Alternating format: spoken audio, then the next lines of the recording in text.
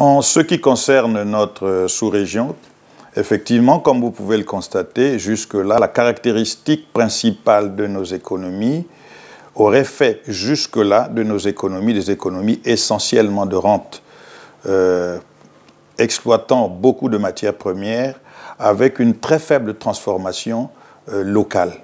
Ce qui handicape pour beaucoup nos économies qui, souvent, sont exposées aux vicissitudes du marché international. Aujourd'hui, je crois que tous les acteurs économiques comprennent l'intérêt de bien vouloir faire la transformation parce qu'avec la transformation, il y a une création beaucoup plus importante de valeur ajoutée et de création d'emplois dans nos pays. Comme vous pouvez le constater, nous avions observé avec une satisfaction un certain nombre de frémissements au niveau de notre sous-région, au niveau de certains acteurs économiques pour lesquels l'occasion est tout indiquée de bien vouloir les féliciter, car nous aussi, nous devrions avoir nos champions sur le plan industriel. La première des choses que l'on pourrait voir, et de toute évidence, c'est la transformation locale de nos matières premières. Je crois que ça, c'est un défi capital pour les pays de la sous-région. Au moment où nous sommes amenés à devoir parler de cela, je ne saurais faire l'économie de bien vouloir vous parler de Evita. Evita que nous avons rencontré pour la première fois au mois d'août 2019. C'est une entreprise équato-guinéenne qui avait créé une entreprise que nous avions eu d'ailleurs l'honneur de visiter lors de notre passage à Bata, une usine qui tranquillement produisait du ciment-colle. Le ciment-colle, pour l'essentiel, est un produit importé. Et voilà que cette industrie pense déjà développer ses activités en dehors du territoire de la Guinée équatoriale et entend s'installer en République du Congo. Et comme vous le savez, le Congo est une porte d'ouverture sur un certain nombre de pays d'Afrique centrale. Nous avons juste en face la RDC et bien d'autres pays au-delà de l'Est, et qui pourrait être un marché tout à fait porteur pour Evita Colle. La production de ce produit est tout à fait recherchée dans la sous-région parce qu'il nous faut absolument moderniser la construction. Donc dans le monde de l'industrie et la construction, je crois que Evita Colle aura tout à fait à jouer sa partition pour que nous puissions davantage densifier le tissu industriel de la sous-région. Comme vous le savez, Evita Colle a commencé ses activités en Guinée équatoriale, puisque c'est en Guinée équatoriale dont le promoteur est originaire.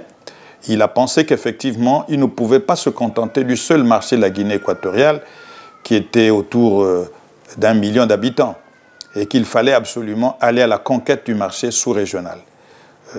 Un comité ad hoc a été mis en place, ce qui lui a permis de bien vouloir aujourd'hui accéder au marché de la sous-région, c'est-à-dire un marché de près de 60 millions.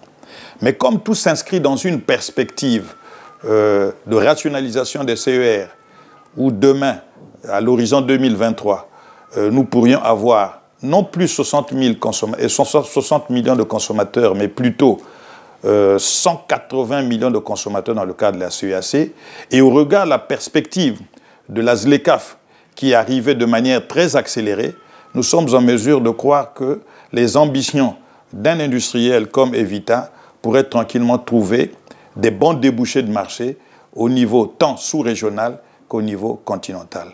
Et c'est donc un vœu de réussite que nous exprimons à l'endroit d'Evita Colle en ce qui concerne au moins l'un de ces produits.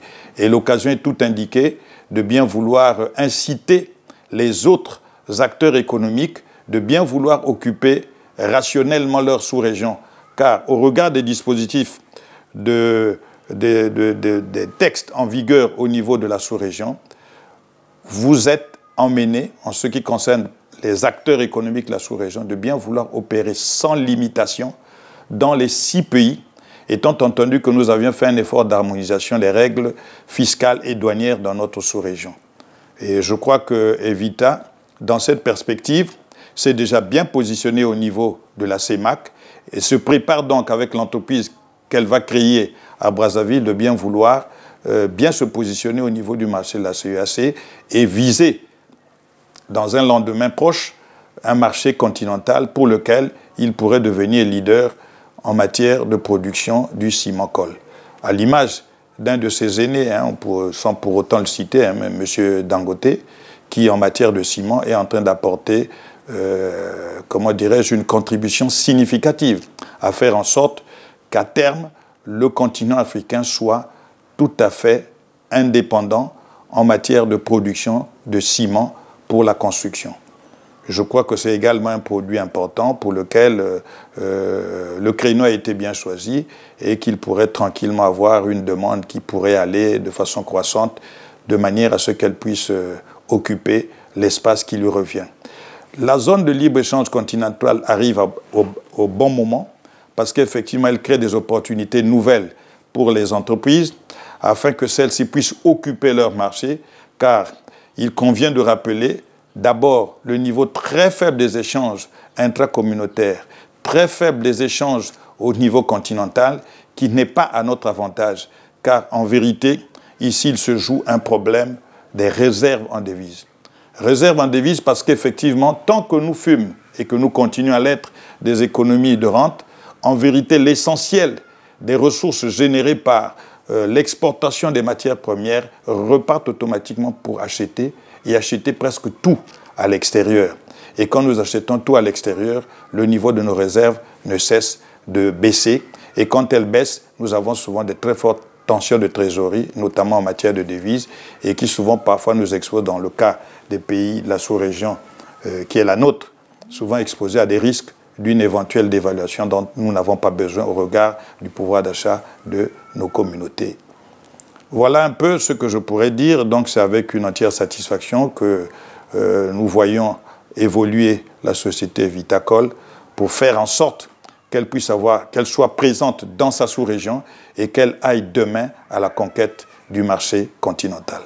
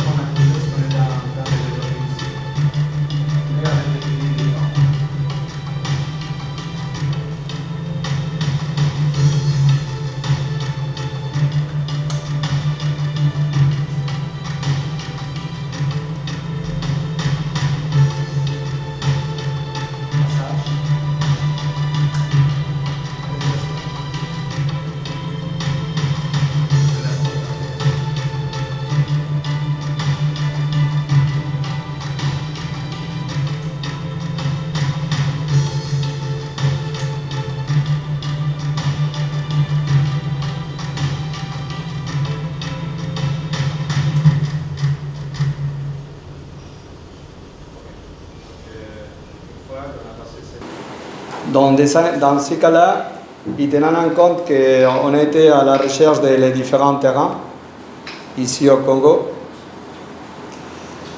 depuis longtemps, un mois et demi, on a trouvé des possibles candidats de terrain pour établir notre unité industrielle. Les deux terrains se trouvent dans la région de, je sais pas, c'est la région de Quintélé, non? Quintélé, dans la rue, la nationale 1. Et vous pouvez voir que c'est le numéro A et le numéro B. Il y a une distance entre les deux qui n'arrive pas à 7 km. Il se trouve toujours dans une région de 10 km de la carrière. On va faire l'extraction des sables qu'on va traiter après pour faire le ciment cola comme matière première. Dans ces cas-là, vous pouvez voir le numéro A, c'était dessus, c'est celui-là. L'emplacement, si vous voyez maintenant dans ce terrain qu'on avait choisi l'autre, c'est rectangulaire, la géométrique, parce que c'est ça les choses qu'on a vu que c'est les meilleures possibilités pour nous, pour développer bien, parce qu'une fois que vous voyez le projet, vous allez voir que le système de production, c'est un système linéaire. Donc, c'est-à-dire qu'on a besoin pas d'un parcelle cadré, sinon plus rectangulaire. À cause de ce système de production, c'est pour ça qu'on a choisi des parcelles qui seront rectangulaires, pas cadrées. D'accord? Donc, c'est là, vous pouvez voir, il y a un double wall. La partie qu'on a choisie. Et ça, c'est un des terrains. Le deuxième terrain, c'est celui-là, que vous pouvez voir. Il n'y a pas grande différence. C'est justement parce qu'on était en train de traiter avec l'administration publique pour voir quel de les deux on va le développer plus vite avant de démarrer l'achat complément des terrains. Mais on avançait, il y a des compromis d'achat, des promesses d'achat avec les deux. Et on était en train de parler ou discuter avec l'administration pour savoir quel de les deux c'était le meilleur ou c'était le mieux pour l'emplacement de l'unité industrielle. Par rapport à toutes les questions d'implantation, de permis de construire, et pas mal des histoires. Donc, si vous avez vu, le terrain, c'est une forme rectangulaire et c'est à cause de cela qu'on a développé comme ça le projet. D'accord? C'est une idée. Après, on va vous dire, on va vous montrer comment c'était. Mais comme vous pouvez voir, c'est comme un U, un peu plus fermé. Il y a la façade, la partie principale de l'EDK qu'on a vu, et la profondeur, que pour nous c'est tellement important. Dans ce cas-là, vous voyez même une tour ici, que c'est pour couvrir les silos. Et on fait cela justement parce qu'on a vu que pour augmenter la productivité dans notre usine, c'est mieux qu'il reste tout couvert. Parce que sinon, avec la pluie, l'humidité que c'est dans les différents pays, elle va nous déranger beaucoup une fois que, parce que si ça pleut beaucoup, il peut nous arrêter complètement la production et il peut devenir un problème pour nous. C'est justement pour cela qu'on avait prévu couvrir complètement toute l'usine, même la partie de stockage, même la partie des produits finis, et même la partie des silos et les malaxeurs qui faisaient les malaxes entre le sable et le ciment.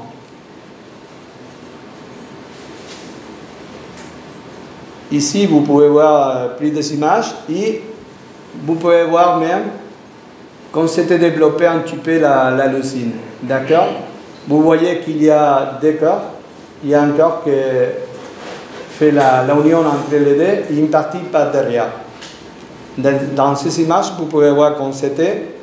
Mais ici, c'est où vous voyez exactement comment c'était partagé tous les projets.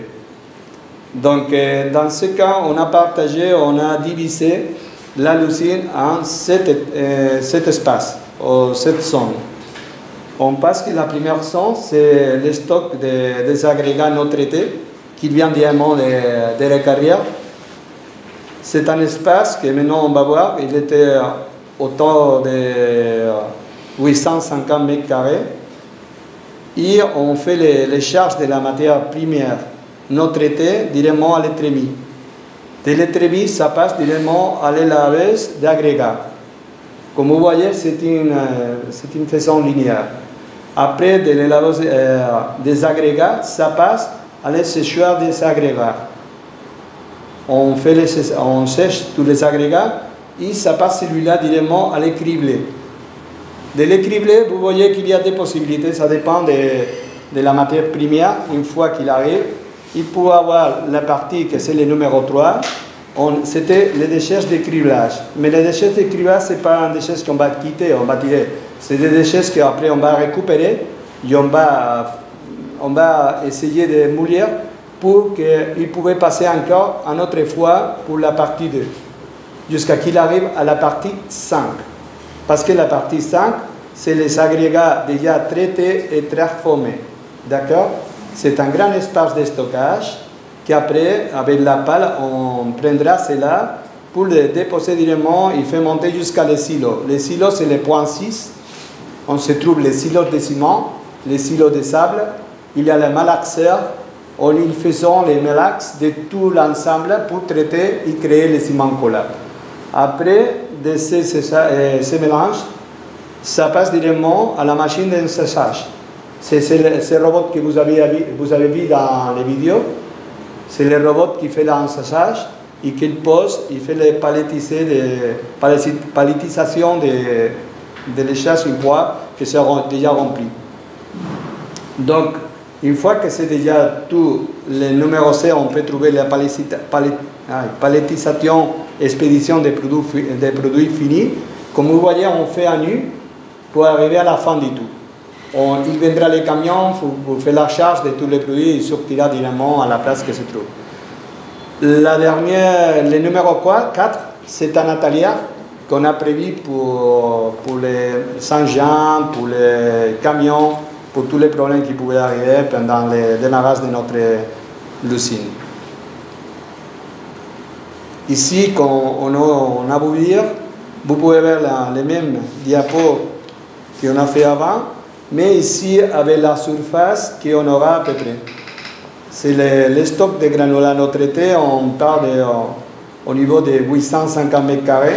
Le traitement des agrégats, c'est-à-dire le lavage, le séchage et le criblage, même on va arriver à 850 m².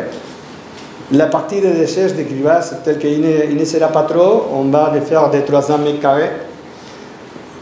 Les agrégats traités et transformés, on va arriver à 760 m². La production des silos et granulats, et ciment, malaxeurs et ensaissage, ça correspond à 231 m². La palettisation et expédition de produits, il arrive à 730 m². Après, on aura les bureaux, l'entrepôt et le laboratoire, qu'entre les deux étages, on va arriver à 300 m². Et finalement, on a l'atelier toujours à la part de derrière, que c'est pour les engins, les machines et les camions, il arrivera à 365 m². Donc, et dans ce cadre précis, nous vous appelons en disant tout simplement que nous allons nous focaliser rien que sur ce coût de financement pour voir quelles sont les rubriques que chaque banque peut financer. Ce sont nos propositions, vu nos expériences. Je suis avec beaucoup d'attention à la présentation. Je reviens sur la partie financière. Oui. Le choix du site. Est-ce que vous avez tenu compte du facteur humain, c'est-à-dire là où facilement vous pouvez trouver la main-d'œuvre? Parce que l'implantation d'entreprise aussi existe tout ça, ou bien vous vous êtes implanté là où vous avez la matière première. Ce sont des facteurs importants. Si vous n'êtes pas sur les deux, ça veut dire que votre projet va subir des surcoûts, parce qu'il s'agira de déplacer peut-être le personnel sur site. Il faut aller chercher la matière première un peu plus loin. La ménose, ça demande aussi de faire des transferts supplémentaires. Justement, c'est la question. Vous nous avez présenté les activités rapidement, Binto, et même votre partenaire technique, mais nous n'en savons pas assez du rendement aujourd'hui de Binto en Guinée équatoriale, en ce qui concerne le chiffre d'affaires. Le chiffre d'affaires, la rentabilité, en combien d'années Binto en Guinée existe déjà, et surtout... Et au regard de la question du promoteur, qui est plus ou moins lié à la détermination des différentes composantes financées par qui X ou Y. Mais pour nous, la BDAC, selon nos procédures, c'est une étape qui est liée lors de l'évaluation du projet.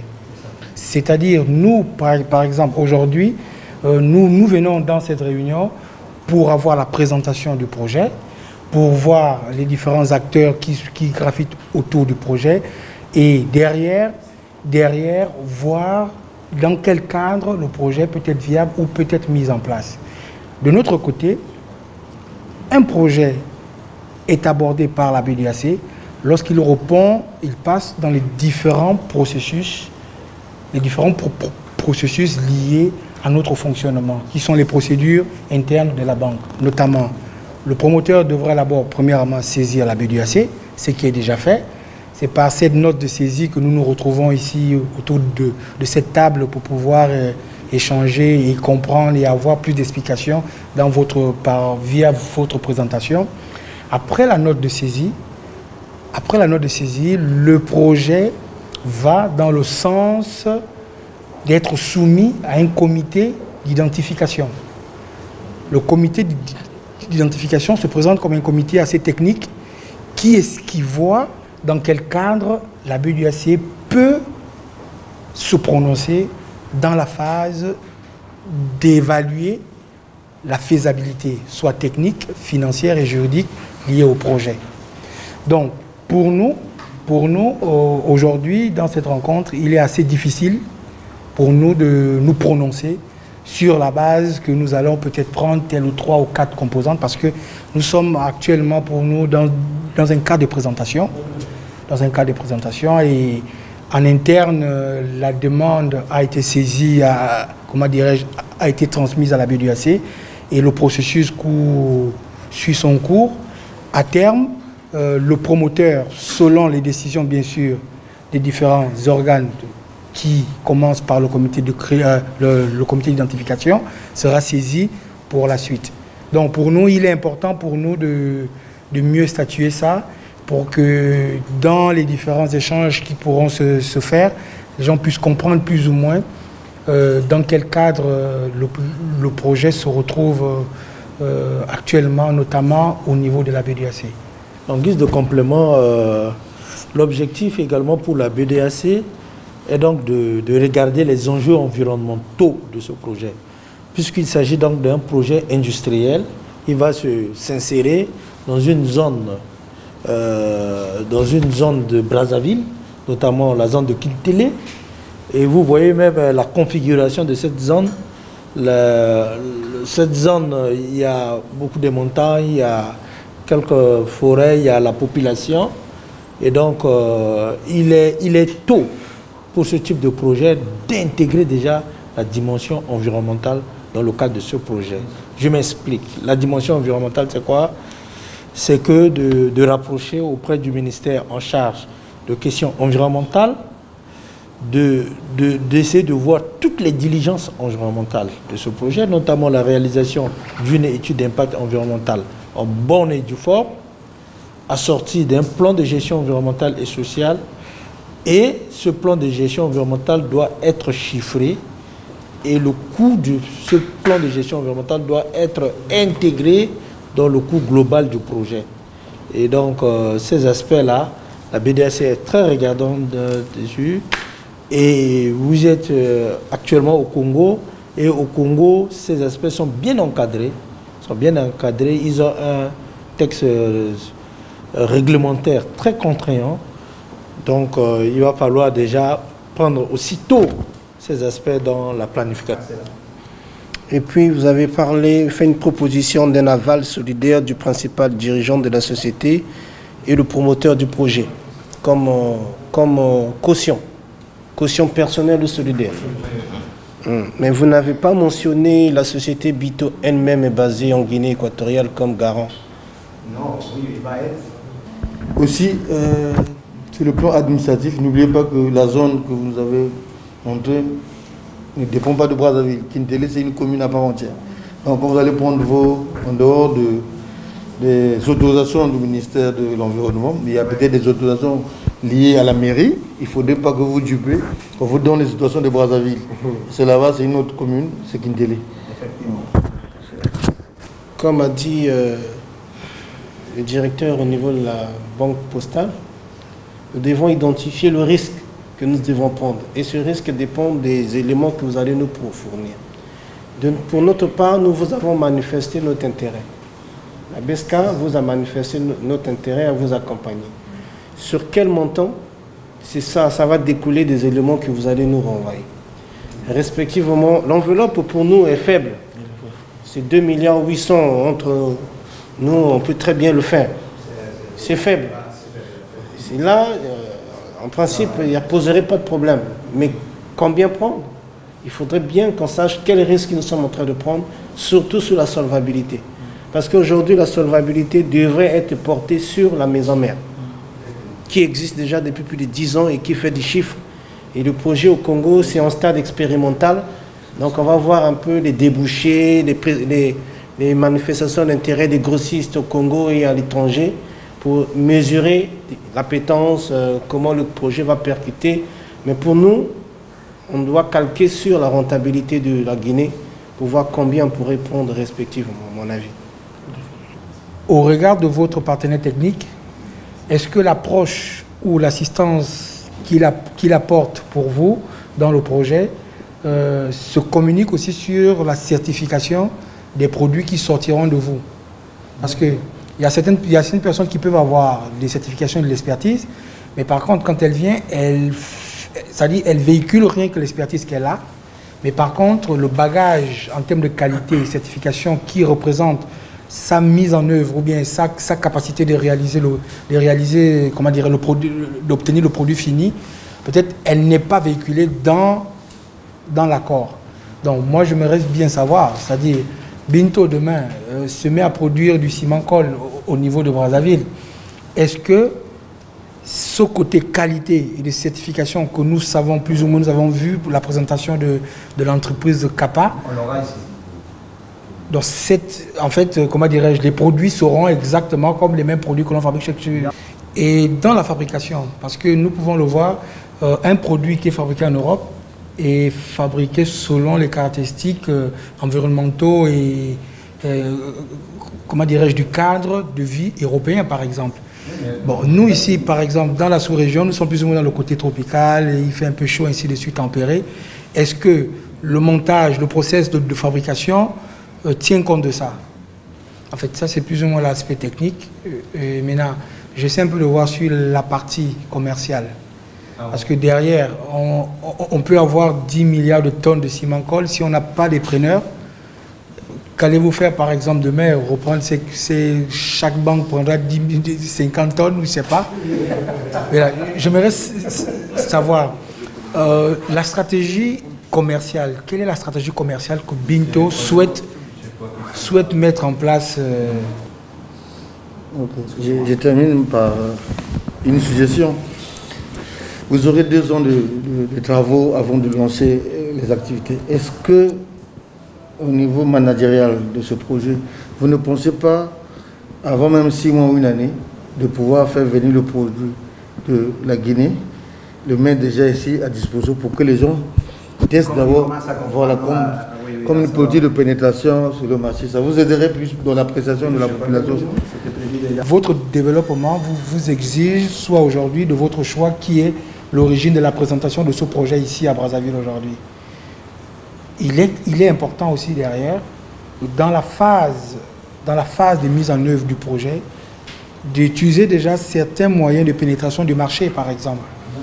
C'est-à-dire, si vous réussissez à boucler votre projet, derrière, il est important déjà de prendre ce qui existe déjà, de le présenter que voilà, ce que nous sommes en train de réaliser, c'est pour fabriquer ça. On va les fabriquer ici. Et effectivement. Et là, du coup, je pense que ça vous donnera plus d'approche et mieux mûrir, notamment sur des questions qui sont liées sur le coût, sur le prix, parce que nous savons que le prix est lié au coût de production, par exemple.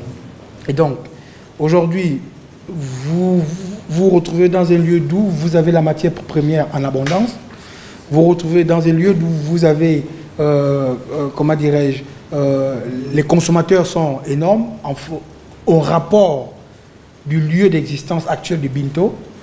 Je pense que si vous faites cette approche, ce serait mieux pour vous-même aussi. Et on arrive déjà à la partie financière, que maintenant, M. Kojo, mon collègue, c'est lui qui va vous expliquer, il va faire un pied dans les parties qu'on avait nous prévu, les financements de chaque partenaire, pour que vous pouvez nous dire après quelle vision vous avez sur le projet et qu'est-ce que vous voyez sur celui-là. Dans ce que M. Michel Niama a dit, que je le répète ici, que les banques sont là pour aider l'économie et que les banques ne doivent pas être là pour ne pas aider. Et pour cela, étant donné que Binto SA, qui a été déjà financé par des banques au niveau de la Guinée équatoriale, et surtout le chef de file, la BDAC qui nous accompagne, il y a pas mal de temps, et c'est pour cette raison que nous vous avions choisi en tant que banque locale, c'est-à-dire la BSK et Banque Postale du Congo.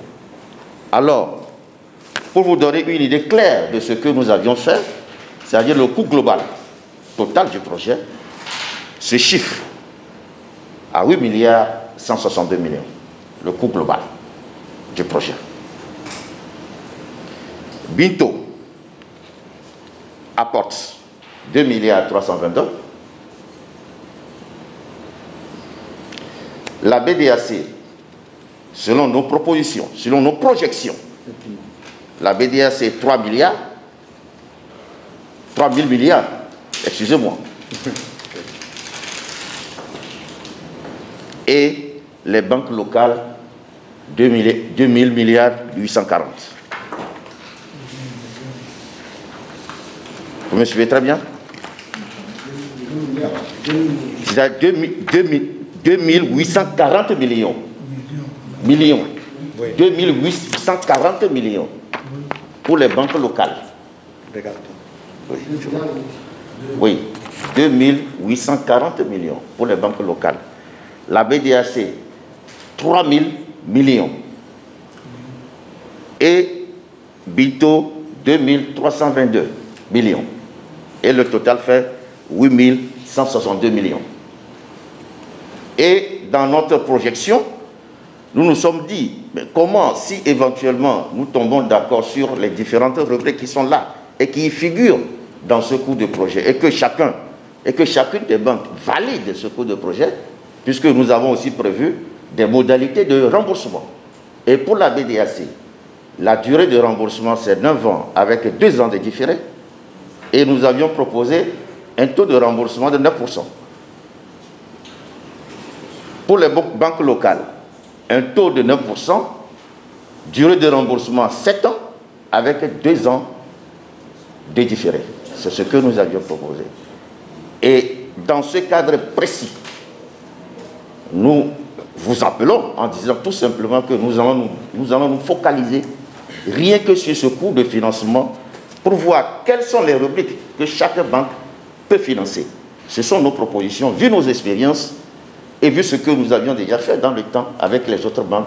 Nous sommes aptes, c'est-à-dire à vous faire cette proposition et à voir dans quelle mesure, à votre niveau, vous faites votre choix et nous avançons ensemble. Merci.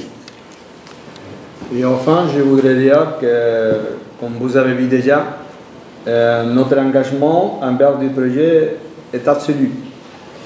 Et la différentes missions qu'on a de prospection dans les pays jusqu'à la conclusion d'aujourd'hui, ce sont la preuve. D'accord?